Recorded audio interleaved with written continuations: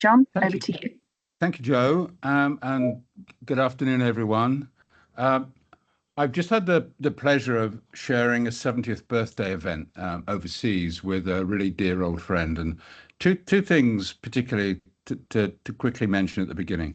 The first one is I indulged in a little bit of my favorite Joni Mitchell tune, and the second thing is that we had a fairly impassioned debate about taxation. Now, why mention those two things? Okay. One of my favorite lines from the great Joni Mitchell, when she talks about everything being full of emotions and abstractions. And I want to avoid abstractions today. I want to make this as concrete as possible. Might not be to avoid emotions, and that won't be a bad. It would be a bad thing if we did, but we don't want to be all emotion and abstraction. And the conversation, which turned into a reasonably passionate argument, was about whether avoiding tax was ethical or not. Now, as far as I'm concerned, that is one entirely massive distraction. So it made me think, ethics, really? Whose ethics? Because avoiding taxation is perfectly legal. We had totally different points of view about it. It's just come up. But if we're going to be, if we're going to be focused here for 5 minutes on the subject of ethics, I wouldn't know where to begin. So I'm much more interested. Thank you so much. In the next couple of minutes to talk about something attached to ethics, but not quite ethics. I want to talk to you about authenticity, which I think is significantly more connected to leadership into the future than ethics itself, because that's just too big and broad and contentious a subject. So, and looking over my right shoulder, you see it to my left, leadership starts with you. That's one of our, or my and the Leadership Trust's strongest beliefs. So if it starts with you, what authenticity is about really is about being true to oneself. And that opens the question, so who are you? So who are you? Just before we get into that question, this is a topic, this debate is about the future. Well, the future's already here. The future's already here. When we started 50 years ago, the United Kingdom was in a very bad way indeed. I suspect, my personal belief is it's in a worse state now. I think the world is in a far more threatening place than it was even in 1975. And today, by unfortunate coincidence, is the 24th anniversary of 9/11. And on 9/11, really the descent into uncertainty and chaos truly began. Went through the Iraq War, it went through the financial crisis of 2008, the rise of populism, the widespread the widespread impact of COVID, right the way through into US, China, Russia,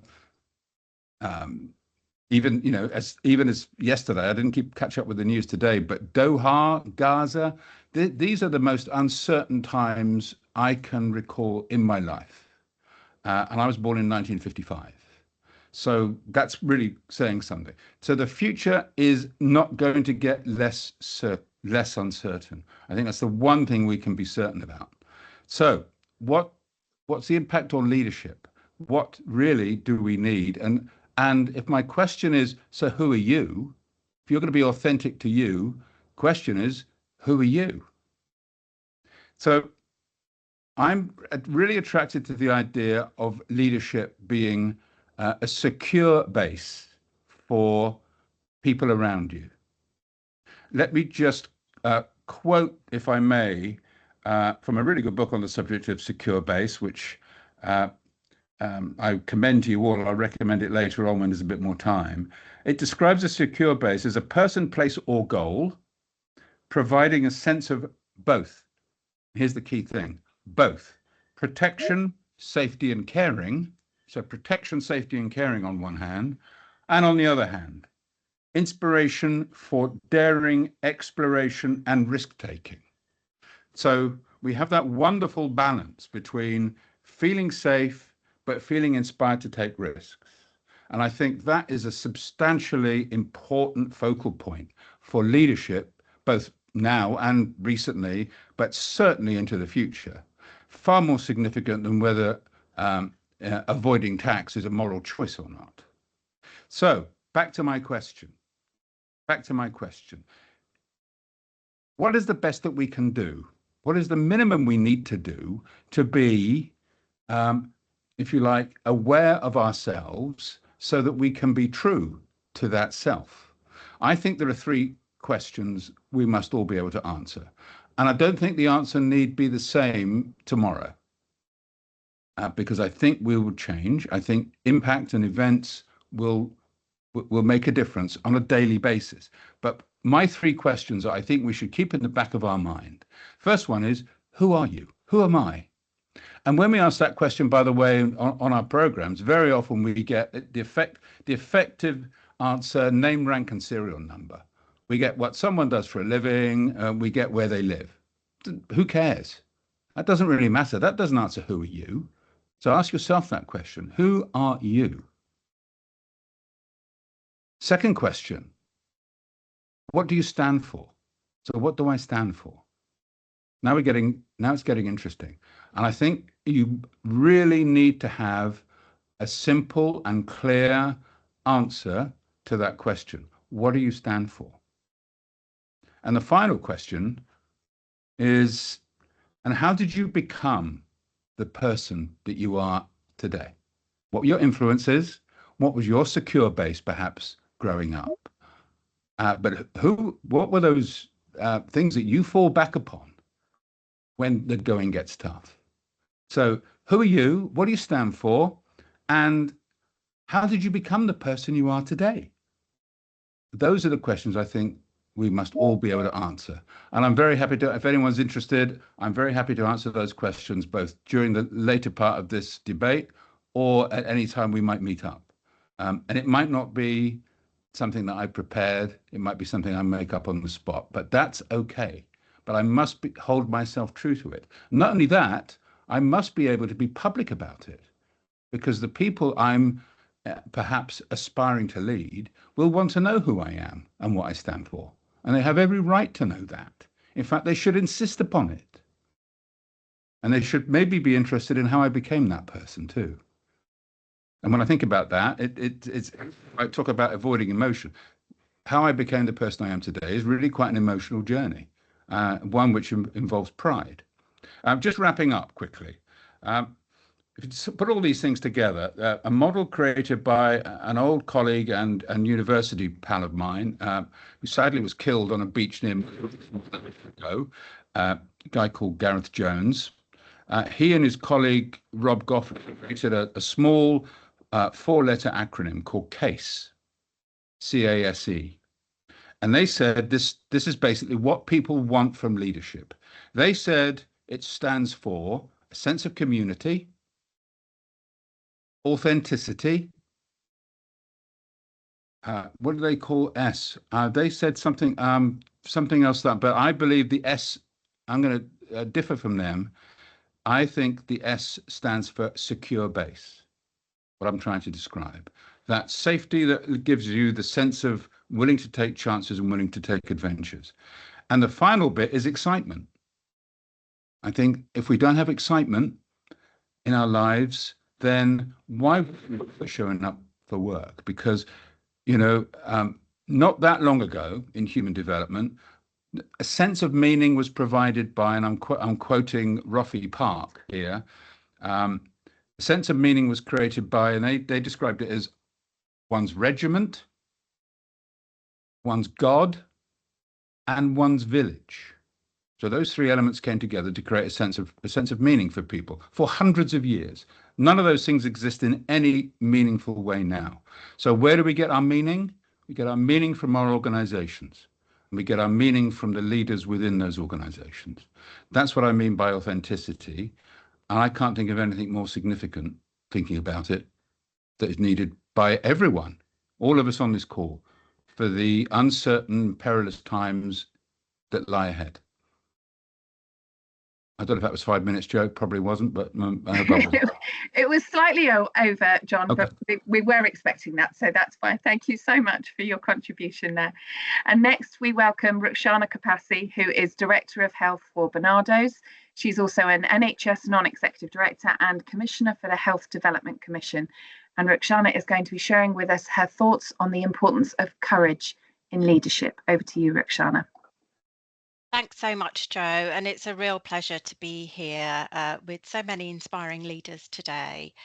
And my perspective is going to be slightly different to John's, actually. It's going to be a very personal perspective on courage.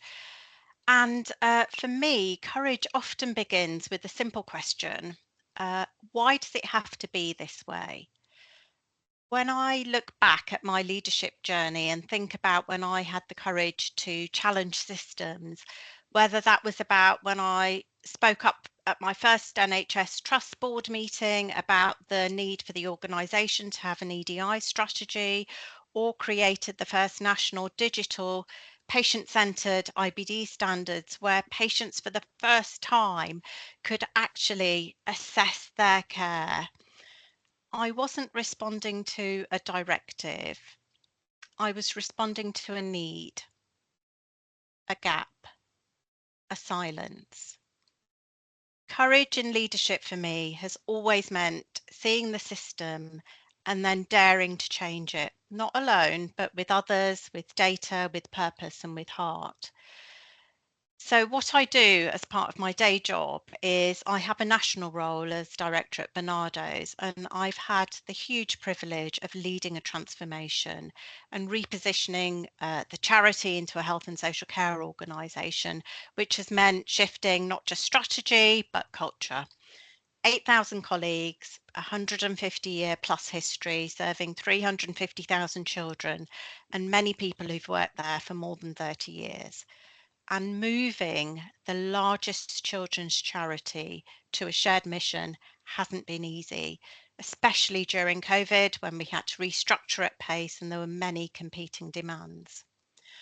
But courage for me in leading transformation isn't about ease.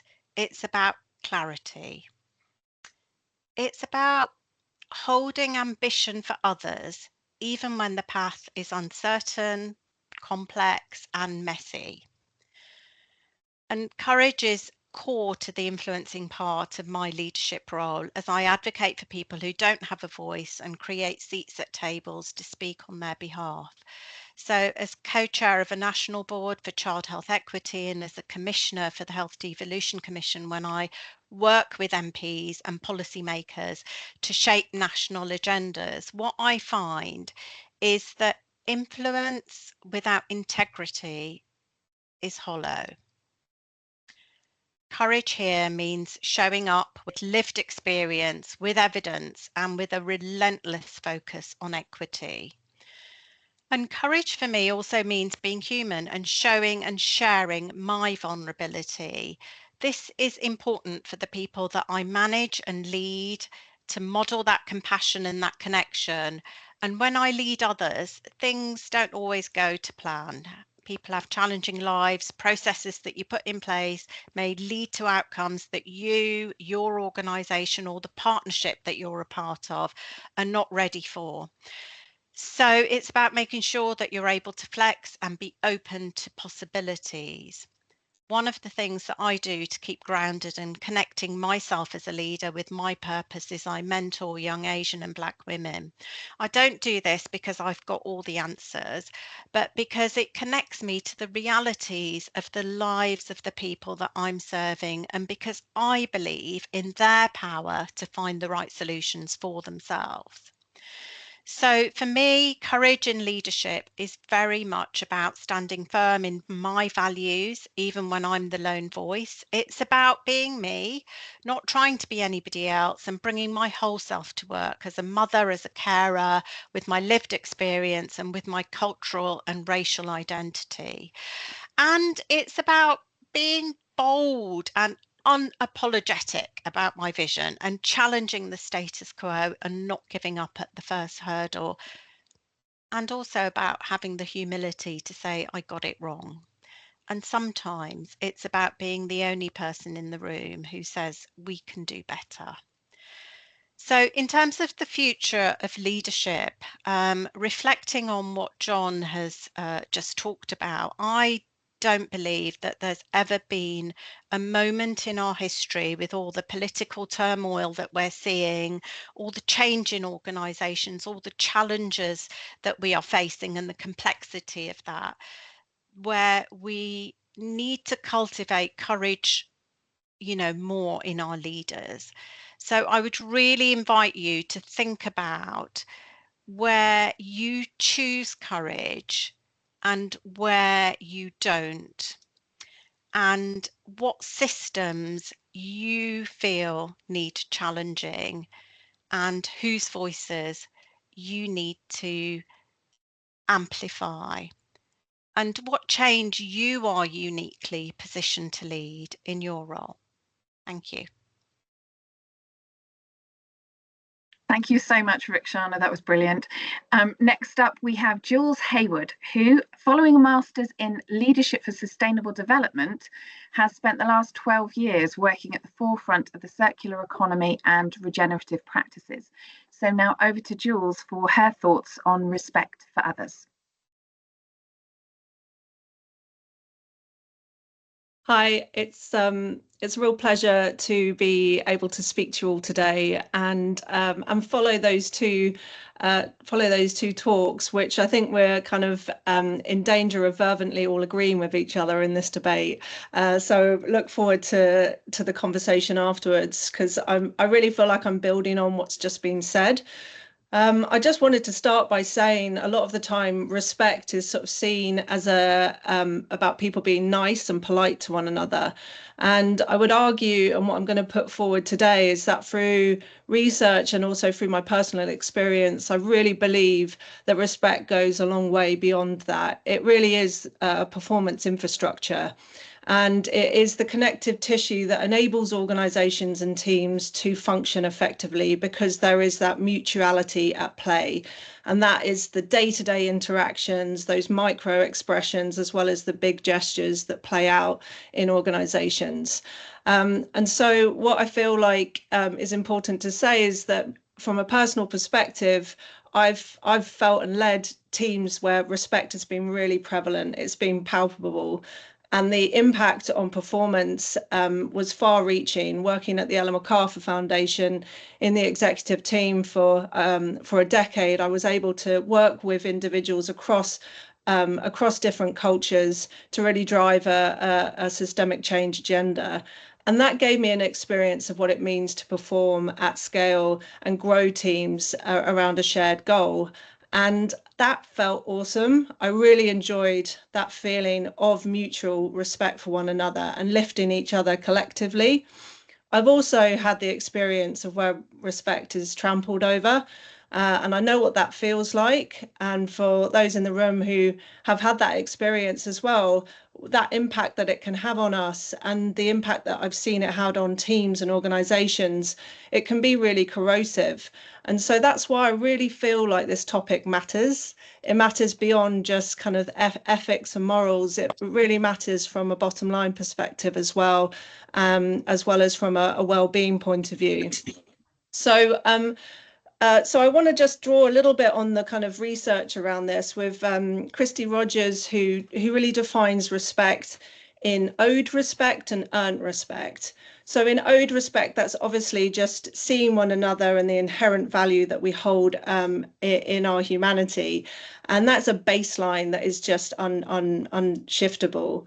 And then the earned respect is when our competencies and our achievements are recognized and felt and acknowledged, and that can happen in a micro expression, and it can happen in a celebratory team setting.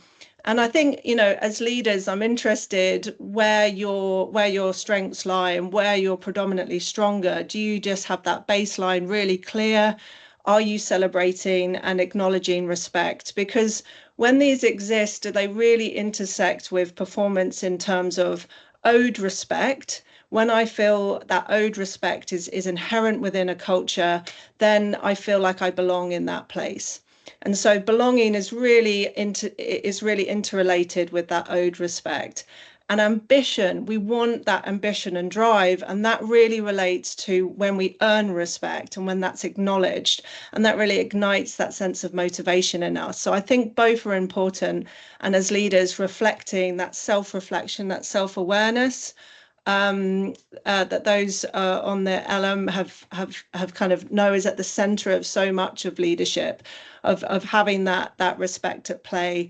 And I think that owed respect goes to it's interpersonal and it's also internal, that I have respect for myself as well. And so that internal respect that really sits at the center of a lot of the kind of content within the leadership and management program, which I think plays out across all of the research that we can see today. I also I'm a certified practitioner in psychological safety around the Fearless Organization scan. So I get to work with teams to really dig into this topic, which is amazing to see how that mutuality plays into talking about risk and failure, which has been mentioned, teams having that courage to speak up. So I think these topics are all really intersecting, but the research is really there, not just in Western cultures, but across the East as well. There is really robust research to talk about when individuals feel that base level of mutual respect, they're able to speak up, to have robust conversations. It really does increase the quality of conversation, and that means the quality of decision making within organizations. So I think that this is all really intersecting with that whole broader piece of Amy Edmondson's work around psychological safety building, which many of you will be really familiar with. I think that it also relates to well-being when it comes to reducing that threat response. When we're in really when we're in situations where we don't feel like we belong or we're not being recognized, our threat response is higher, our cortisol is higher, and when that draws out over months, years, it really erodes our health and our ability to be resilient as individuals. So I think that whole piece intersects both with performance and with well-being.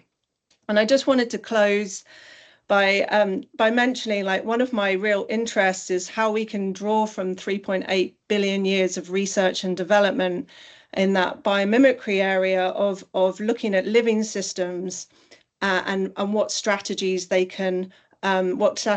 can learn from in terms of building things like resilience into organizational systems. And if we're talking about the future, resilience has been mentioned, but I think that what we can learn from living systems and ecosystems particularly is that when we have those mutualistic relationships at play, that all the research demonstrates that the system becomes more resilient, and it can respond to shock and disruption much more effectively. So as an example, like the mycelial network that you get in a woodland floor in the substructure of a wood, that connective tissue creates better communication, better transmission of resources. And so that mutuality at play in a physical sense really builds on the ability for that whole system to function and respond to shocks more effectively. And so I guess what I'm saying in closing is that this isn't just a nice to have or a kind of soft skills building piece. This is really a strategic imperative, especially as we move into an increasingly challenging and complex world ahead. I think looking at how we can build those symbiotic relationships. Absolutely fantastic. Thank you so much for sharing those thoughts, Jules. Jules referenced a couple of papers there, and we will be sharing the links for those when we write out to you after the event. So don't worry if you didn't quite get all of those references down in your notes. So now we welcome John English, the Leadership Trust's CEO and a thought leader in the field of leadership development. And we're going to hear what John has to say on the subject of humility and its role in leadership. Thank you, Jo. Nice to meet you all. Back at the start of the year, John Davidge and I reflected in one of our many conversations about the Leadership Trust, how we might have lost a connection with our roots. and that maybe there's been a dilution in the way we talk about leadership and the organisation we are so fond of. We committed to explore and see how relevant the concepts from 50 years ago are to today, to the modern organisations we work in for the future of leadership. And from that emerged the topics we are forwarding today, topics that came from the first 2 decades of the Special Air Service, where our founder was the head of the training wing. At the heart of this is humility. Now, humility might be a surprise inclusion for an organisation like the SAS undertaking their kind of missions, which the current head of the training wing recently described to me as flesh-to-flesh combat. But it is the very essence of what it means to be an exceptional soldier, as well as an effective leader in a civilian organisation in today's rapidly changing, competitive world. Why is that? Humility enables us to accept we will make mistakes and admit them when they happen. Be open to the reality that we might be wrong, sometimes or even often. Humility makes us far better listeners, because if we accept we're not always right and we might make mistakes, we will be intensely curious, striving to understand what will be the right answer and where the right answer lies. To be open to ideas other than our own. And those of you who know me and have heard me speaking will know I'm passionate about listening being a really underrated leadership strength. So humility then is opening our minds as well as our ears to improvement. There always exists a better idea, so we're constantly seeking it out. And hence through our humility, we are building an accurate self-perception, a true appreciation of ourselves, the good points as well as the areas for improvement. So with humility being this key source of self-awareness, that opens us up to self-development, something we talk about at the Leadership Trust, where we learn and grow as people and as leaders. We end up being responsive to feedback rather than being dogmatic. Be that a fast emerging threat in a flesh-to-flesh combat situation, or for us, how we might be guiding our team through, for example, a difficult business transformation. We also are teachable because we accept others might know more, or that the context might have changed without us realizing. We're more willing and more open to take risks, to adopt, if you like, a growth mindset, as we inherently recognize failure as a necessary component of progress. And we also come across to others as servant leaders, as an equal in the team, and we're more able to readily express gratitude to those around us. The humble leader has an even wider impact on those they work with through the way that she or he behaves. The humble leader role models the atmosphere that's vital for high performance.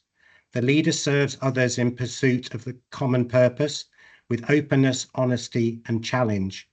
And maybe it's those kind of atmospheres that allowed Rukhsana to be more courageous and others to be more courageous to say what they really think and what they really feel. We have open, non-judgmental perspectives which encourage dialogue and the sharing of ideas. Others sense this, and they know that their ideas and their thoughts will be well received, appreciated, and frequently actioned, so they're valued. And that removes the fatigue which stifles organic innovation in many of the clients that we work with. I'm particularly interested in leadership development and how we might progress. So what I'm saying might have made you pause to ponder your own humility. And if you're interested in developing that, I thought I'd share a few ideas. Firstly, self-reflection. It's the key to all leadership development. You have to be working with the facts. You have to be working with the real you. You have to really know who you are. And that takes time and effort. Dedicate time to reflection, structuring it through a technique such as journaling. Secondly, find a trusted confidant, peer or mentor who will speak to you about the truth of how they experience you. And as I explained, the more you admit who you are, the more humble you will become, and the more valuable insights you can gain. In that way, it's a virtuous circle. At the heart of the Leadership Trust for 50 years has been the Leadership in Management programme. Participants get feedback from people they only met 5 days previously. And therefore it's unbiased. It's only informed by what's happened over those 5 days. Many of you have done the programme and have been involved with the programme. Did you pick up clues about how you could be more humble through the feedback you received then and subsequently?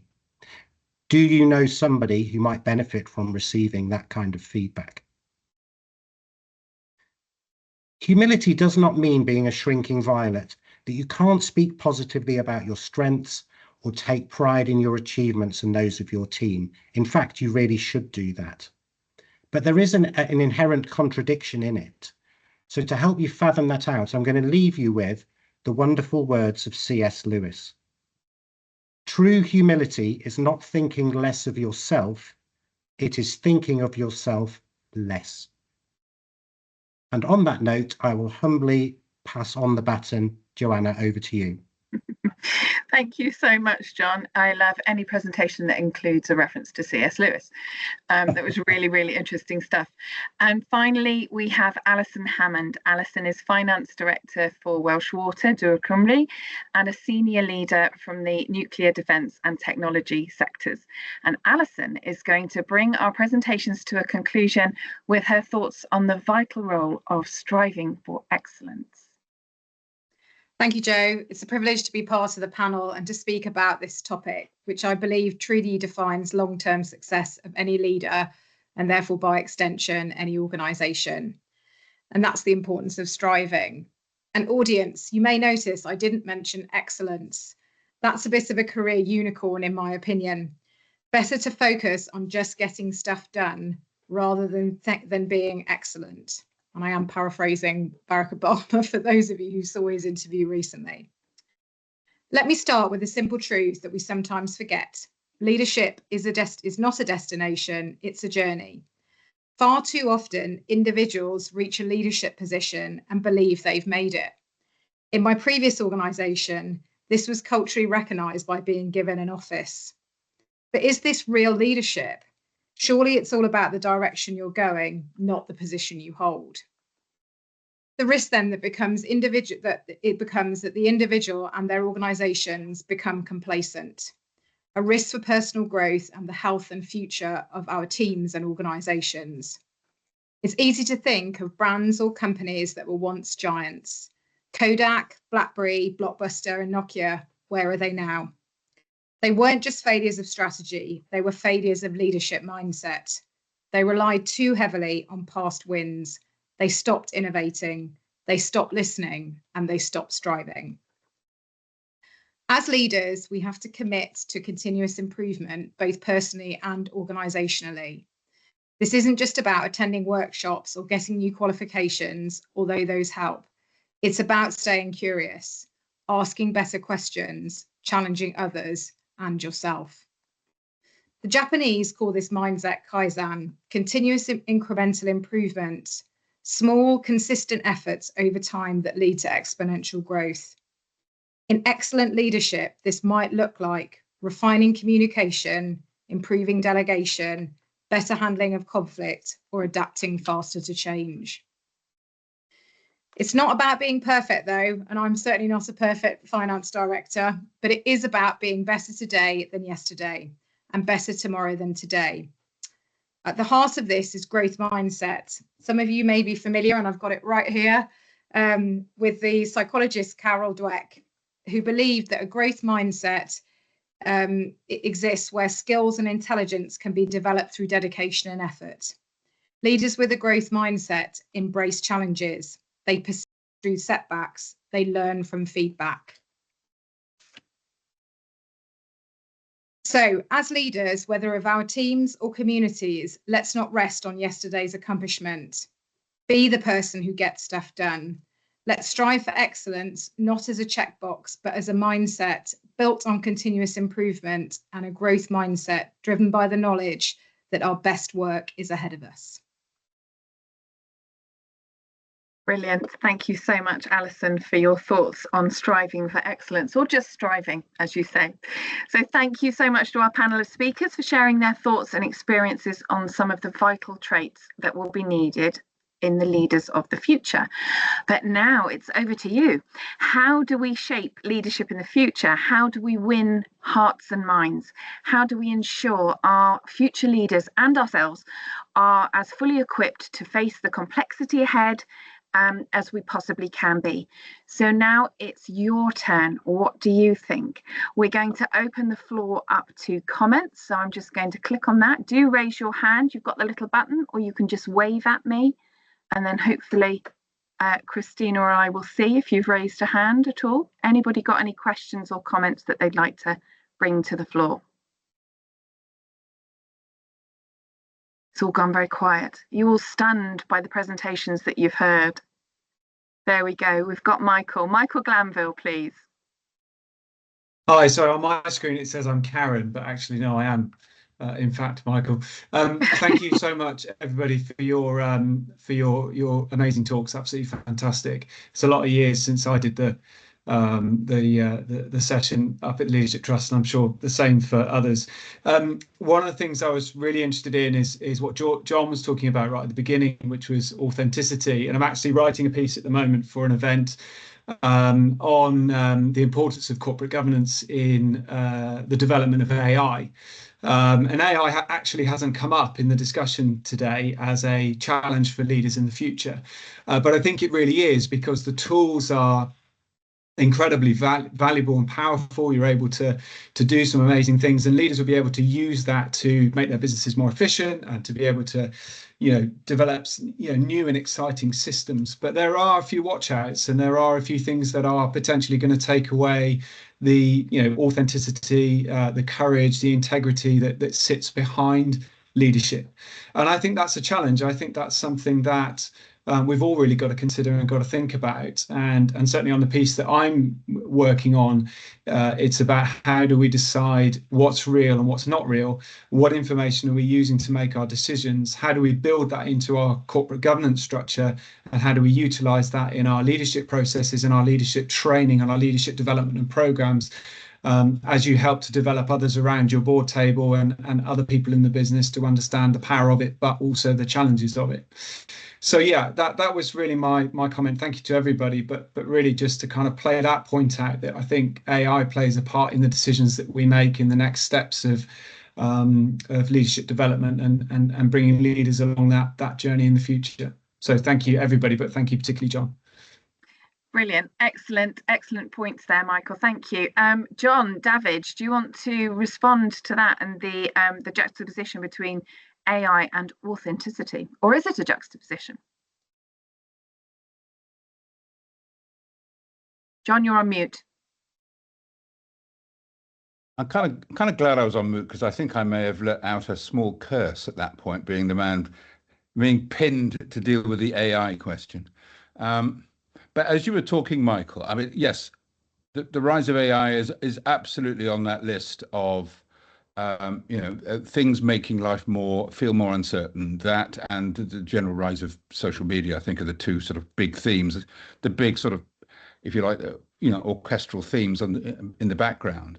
But as you were speaking, it made me think on the sort of coming at it from an authentic perspective. If there are three questions to ask of ourselves, who am I? What do I stand for? And what made me the person I am today? I wonder how we could ask AI to answer those questions. What answers would an AI engine, forgive me if I got the title wrong, but what would an AI mechanism give to those questions? And I think my opening assumption is it wouldn't know what to make of those questions at all, and therein might lie the problem. I'd be fascinated to know how AI would respond to that. And I will, after this webinar, I will ask Siri who he, she, or it is, and what made them the person they are today. I will ask Siri, and I'll let you know what the answer is. But Brilliant, thank you. Can I throw that one over to Alison as well, because I'd be really interested to hear your take on AI and how that sits along striving for excellence. It absolutely does. I just don't think we know how to harness it yet in a way that gives us something meaningful. And I found that really interesting then, and my ears perked up, Michael, when you said corporate governance, because it is such a challenge for organisations, particularly in the UK with Provision 29 on the horizon from a corporate governance perspective. So, I mean, I would say as a leader, for me, it links into the mindset of being open and embracing new technology and finding a way to seize what's out there, but in a way that brings people along the journey as well, and so that you can achieve something better, but not disengage people or indeed, you know, damage what you've got today in terms of your team spirit and team performance. So it's about curious mindset. How do we get it in a way that works for us? Brilliant, thank you. Can I throw it over to Rukhsana as well, because you talked a lot about the courage to speak up and use your voice, and how does that sit alongside voices that might be slightly less authentically yours? Yeah, absolutely. It's interesting because we've actually started using AI in our NHS Trust board meetings in order to analyze actually within that setting who has more voice than others in the room, who gets more airtime. And that has just been a really, really useful exercise in relation to then if you're chairing or facilitating, you know, that group of people and thinking about who is underserved, who is not, to reflect on that. But the piece that, you know, we really, really need to ensure in our strategies, and we've just developed Copilot actually in Barnardo's, and the digital team have worked really closely with Copilot to try and get tone of the organisation and the way that the organisation thinks into how leaders can use it in the organisation. But it is the soft pieces of user voices, children's voices, other things within systems, you know, when we use it within bids to actually make sense of, do we go for this opportunity or not? One of the things that, you know, we're not doing is we don't know who in that locality has got some of that political power and some of the other things that are being said. So I think there's a long way to go, and it is about real kind of balance within that. Brilliant, thank you. Michael, I hope that was an interesting reflection for you after the points you raised. If we can pass over to Olivia Parish, please, you have a question for us. Thanks, Jo. Yeah, I do, and thank you. I really enjoyed it. It's been really interesting just to hear the different thoughts. Technology sprang to my mind as well in terms of advancements in technology and how we're utilising it, but also in, you know, how do we as leaders make choices to use these things well in whatever context that means, and to do good for organisations. And I guess my question is within that context, of the different areas we've heard today, for the speakers, if you couldn't pick your own, which one of the others have you heard that you think leaders should be focusing on as a priority right now? So which is it of the other ones you've heard, which one would you advise a developing leader to really focus on? But you're not allowed to pick your own. Yeah, you can't pick your own. Apologies. Okay, can't pick your Bella, own. my cat, was also right in the call. Brilliant, thank you, Olivia. We're going to go to Jules first for that one, please. Sure. Thank you. Yeah, I mean, I'd go with courage. I think that what was spoken about today by Rukhsana just really highlighted the role of courage in leadership. And I think it really intersects with that boldness that is going to be required in the future.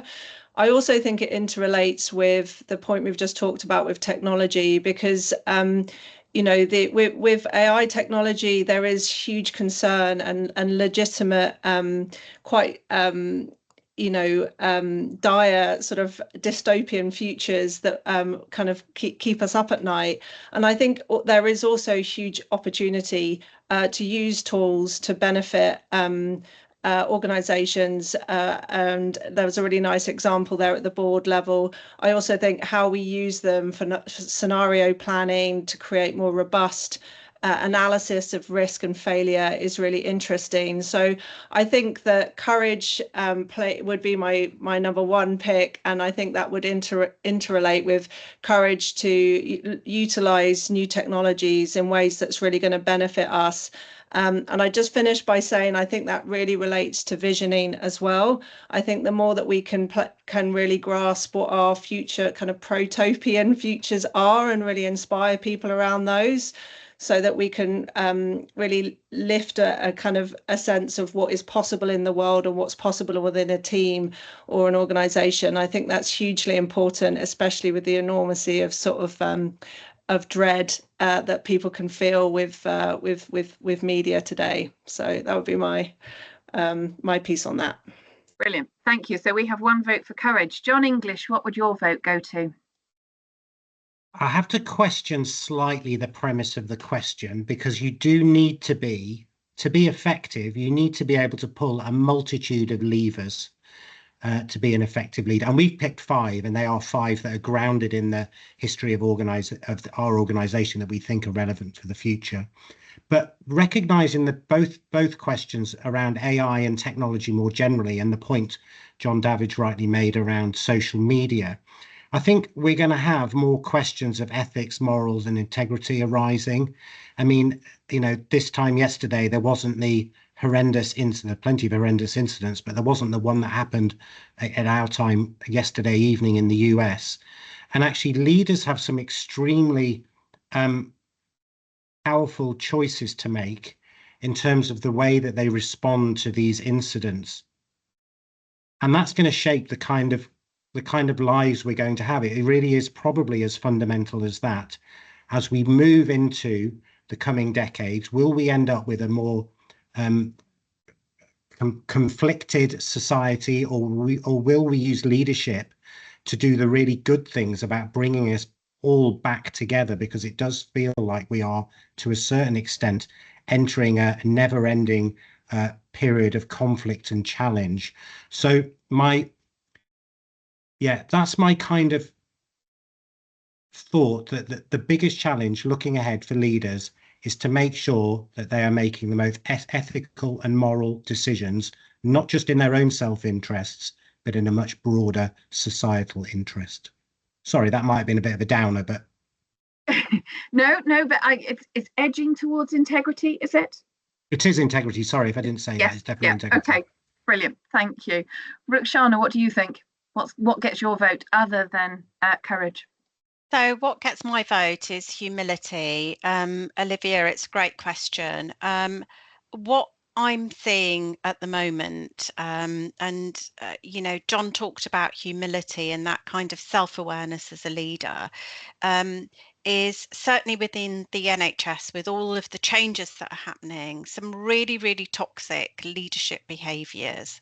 And I just really, really believe that self-awareness of that behaviour, that impact that has on others, the effect that has on patients and populations and the future of healthcare, and the humility then that goes with that in terms of your purpose is absolutely vital. Yeah, thank you. And Alison, if I can come to you finally on that one, if you can't, what are you striving for other than striving for excellence? I'm disappointed I didn't get any votes, Jo, for a start, but I think I'd have to second the authenticity. I think it's so important that, and it links to respect, doesn't it? It links to humility, it links to all of it, but being able to answer those questions, who am I, what am I bringing to it, and being genuine with yourself and others, I think goes a long way, particularly as we've been just talking about some dark moments that may exist in the future, and in organisations going through lots of change, of which I'm sure lots of us are part of right now as of today. So I'll probably get my vote as well, will be that authenticity. Brilliant, thank you. And it did feel a little bit Eurovision for a moment there, so apologies for that. Can we hand over to Robert Hamilton, please, for your question? I was going to say, finance are used to it, Jo. We're never in the number 1, 2, 3. Never in the top slot. No, hang on in there, Alison. Robert, over to you. First of all, thank you all 5. Fascinating takes on different aspects of leadership. Thank you very much. I would like to just focus on the courage and respect, and 30 seconds of background. The last 15 years, I've worked in Egypt, Vietnam, Turkey, Saudi Arabia, and Iraq.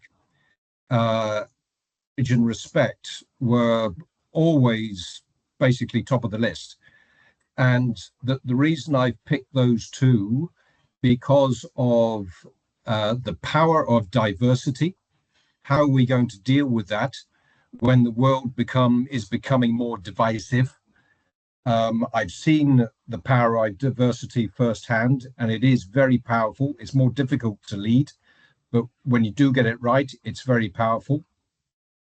So how do courage and respect deal with that? And the second part is, how do we deal with corruption? Which seems to be, if it's not straightforward corruption of the bribe, how do we deal with it's related to the integrity as well. So it appears that more and more people are being less integuous. What is the word, please, you linguists? If you are not applying integrity, you're applying the opposite, which many people seem to be doing these days. How do we use the courage and respect to deal with that? Personally, I think it's respect. I had a bit of face-to-face with corruption in Vietnam, and you could fight fire with fire. And when you do that, in my experience, that's when you can gain the respect. You don't go down the route of what they want to do. You stand firm, and it's surprising how much you can do when you apply that respect. So it's a question, really, how do we deal with diversity and corruption? Brilliant, thank you. I think actually the issue of diversity particularly could be a whole other debate, but I'm going to hand that one over to John Davidge, who does happen to be a linguist specialist as well. Oh, what's the opposite of integrity, John? Well, it's one of those interesting words, because there really isn't an adverb that comes from integrity.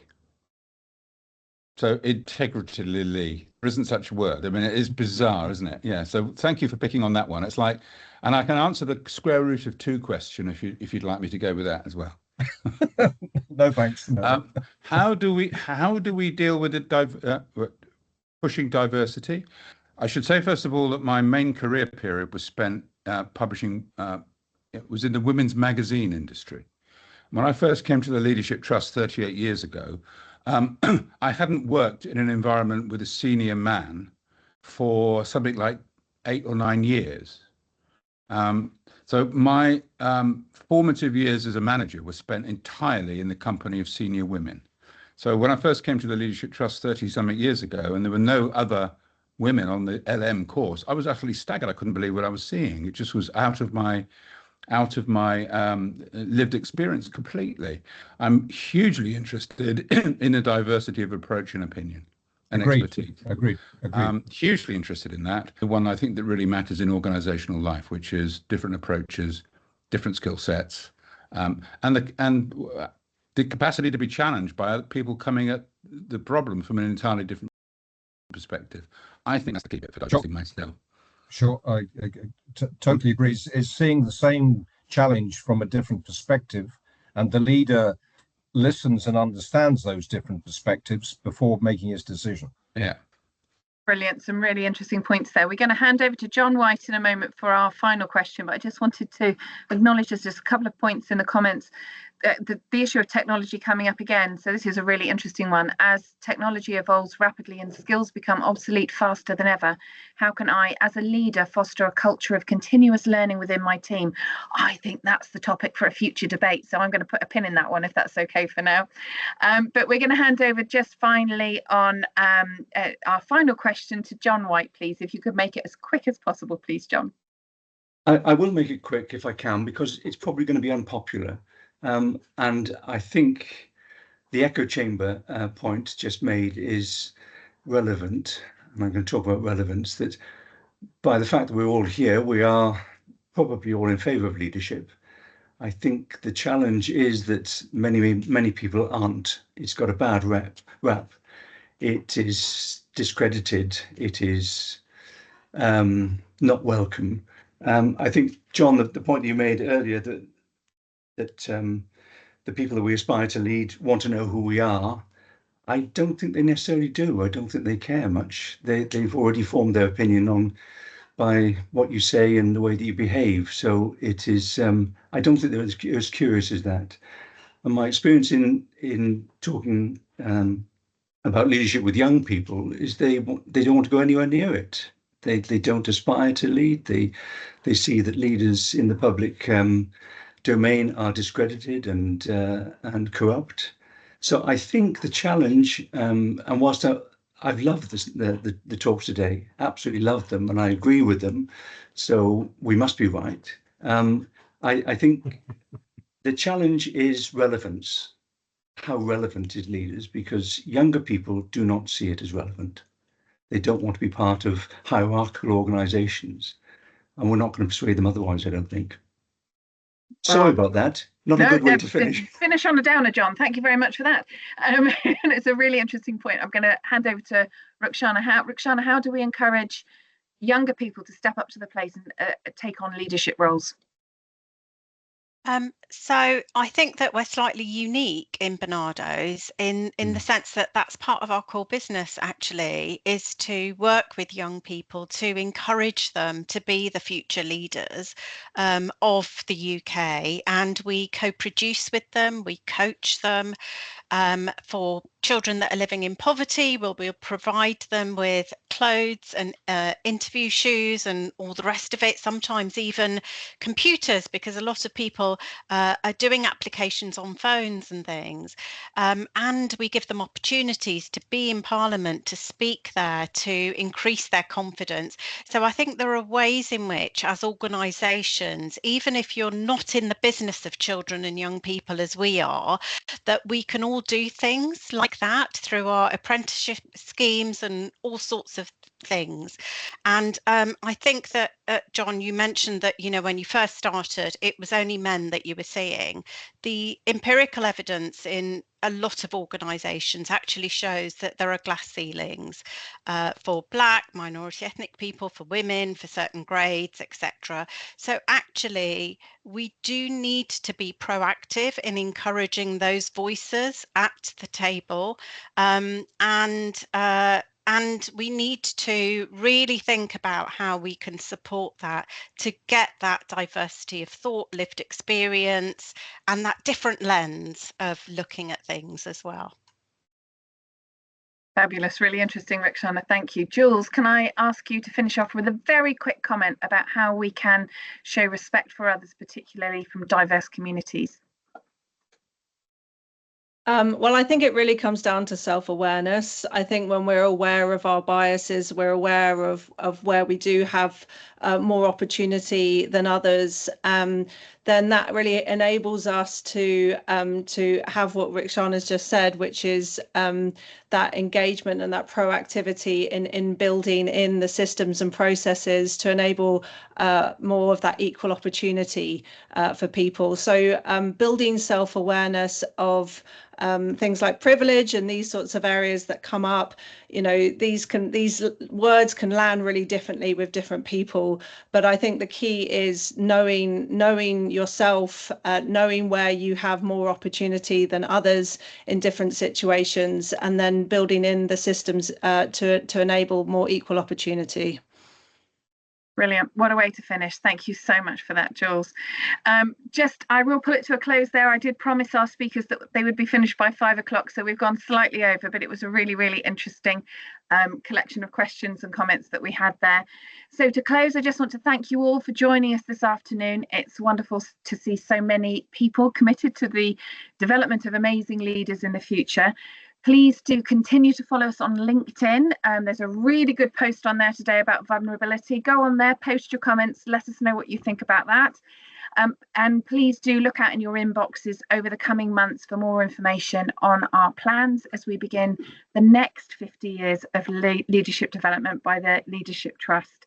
Thank you so much, and we hope to see you all again soon. Take care. And thank you, Joe and Christina. Thank Well you, facilitated. Thank you very Joanna. much. Thank you. Thank you. Thank you. See you all Bye. again. Thank you.